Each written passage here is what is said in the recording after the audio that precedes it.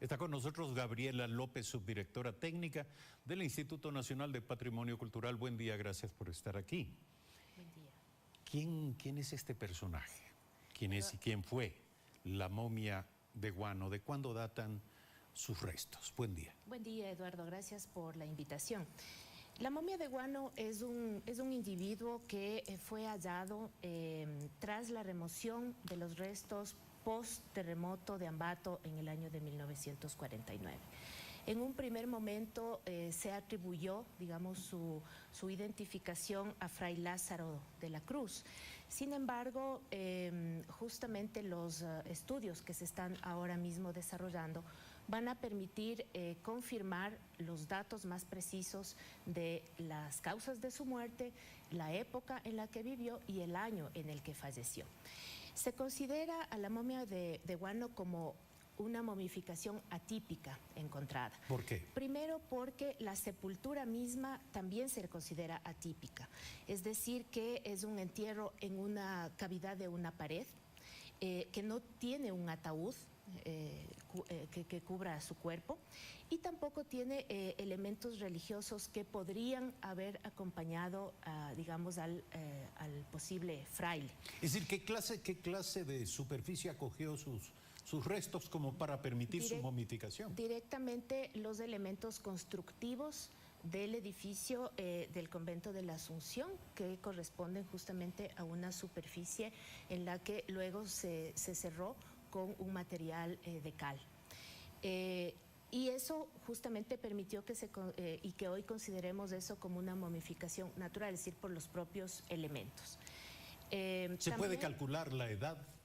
Estamos justamente haciendo unos análisis más precisos, pero los primeros hallazgos pueden hacer suponer que se trata de un hallazgo de fines o del último tercio del siglo XVI. Esto también está acompañado, digamos, con la posición en la que se le encontró.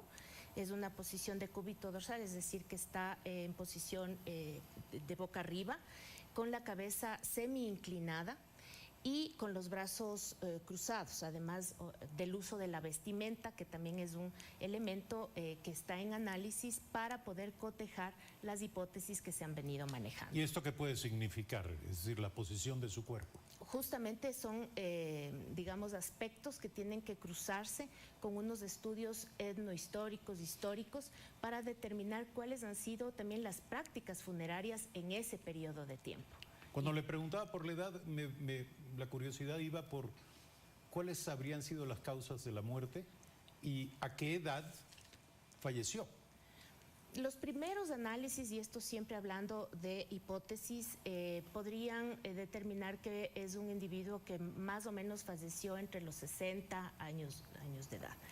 Y la causa, digamos, que ha sido anunciada ahora mismo por el científico francés Philippe Charlier, determina que pudo haber una fístula en su mentón que luego causó una infección más amplia, primeramente en la cavidad bucal, y luego pudo haberse extendido a otras partes del cuerpo, incluido el cerebro. Esa posiblemente es la causa directa de la muerte, pero además los otros hallazgos también permiten inferir que este individuo tuvo otras enfermedades como la poliartritis reumática. Bueno, en aquellos años llegar a los 60 años era bastante. Así es. Entonces, y lo más importante de esta segunda condición médica es que aparentemente la enfermedad es originaria de América y posiblemente esta migró hacia Europa. Entonces estamos hablando de un individuo que podría permitir hacer unos análisis más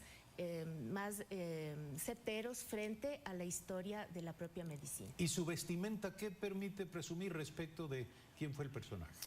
La vestimenta está en análisis. Lo que estamos haciendo justamente es se hizo más bien dicho un muestreo de los textiles para determinar primero las tecnologías de producción, luego los tipos de puntada y los materiales que se originaron para determinar la temporalidad y el tipo de vestimenta.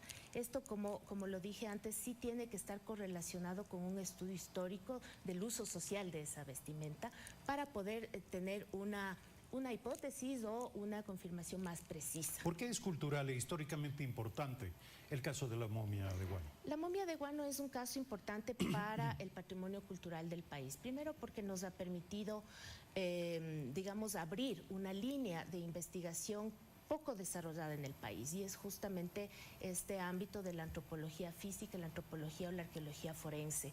Es decir, a través del análisis de los restos humanos, poder determinar, más allá de las causas de la muerte, que son importantes, pero las formas de vida del pasado.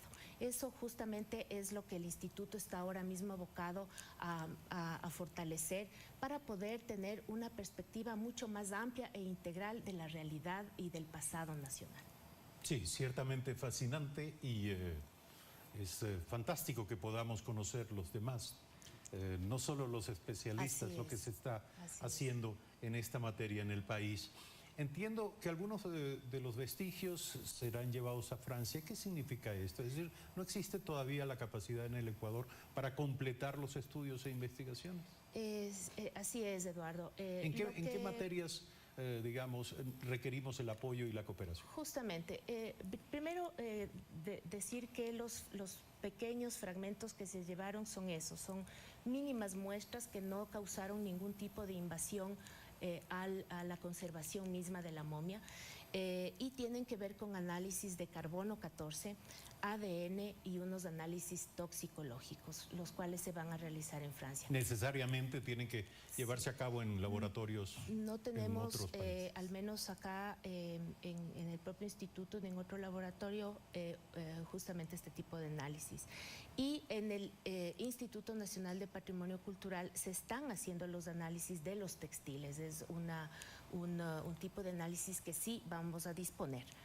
Muchísimas gracias por estar aquí, por informarnos al respecto. Gabriela López, subdirectora técnica del Instituto Nacional de Patrimonio Cultural. Gracias, amigas y amigos, por seguirnos en esta semana. El próximo lunes, 6:55, de nuevo con ustedes en Primera Impresión. Un buen fin de semana.